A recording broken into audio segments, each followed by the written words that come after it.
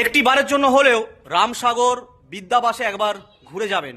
এখানে অনেক অসহায় মা বাবারা রয়েছে যাদের দেখাশুনো সম্পূর্ণ ফ্রিতে করা হয়। আজকে মা মনসা সেবাশ্রম থেকে এসে আমরা এই সমস্ত মা বাবাদেরকে খাওয়া দাওয়ার ব্যবস্থা করলাম, আর সঙ্গে ঝুম তার যে মানে গুবু রয়েছে তার বার্থডে সেলিব্রেশন, এখানে কেক কেটে সবাইকে মিষ্টি খাইয়ে করলো। আর তার সাথে হাওড়া থেকে এই দিদিভাই রুনা মাইতি, এই দিদিভাই হাওড়া শ্যামপুর থানা থেকে আজকে এসে মা মনসা সেবাশ্রমে যুক্ত হয়েছে এবং তার সাথে আজকে মা মনসা সেবাশ্রমের হাত ধরে দিদিভাই এই বৃদ্ধ মা বাবাদের জন্য 1 বস্তা চাল আর 20 কেজি আটা আজকে দিল। তো আপনারা যারা যারা ভিডিওটা দেখছেন অবশ্যই ভিডিওটা প্রচুরভাবে শেয়ার করবেন, আর তার সাথে যদি সময় পান একটিবার যদি বিষ্ণুপুর আসেন, বনলতা আসেন, তাহলে অবশ্যই রামসাগর বৃদ্ধাবাসে একবার ঘুরে যাবেন। এখানে মা বাবাদের সঙ্গে একটু দেখা করে যাবেন, দেখবেন মনের মধ্যে একটা আলাদা শান্তি খুঁজে পাবেন।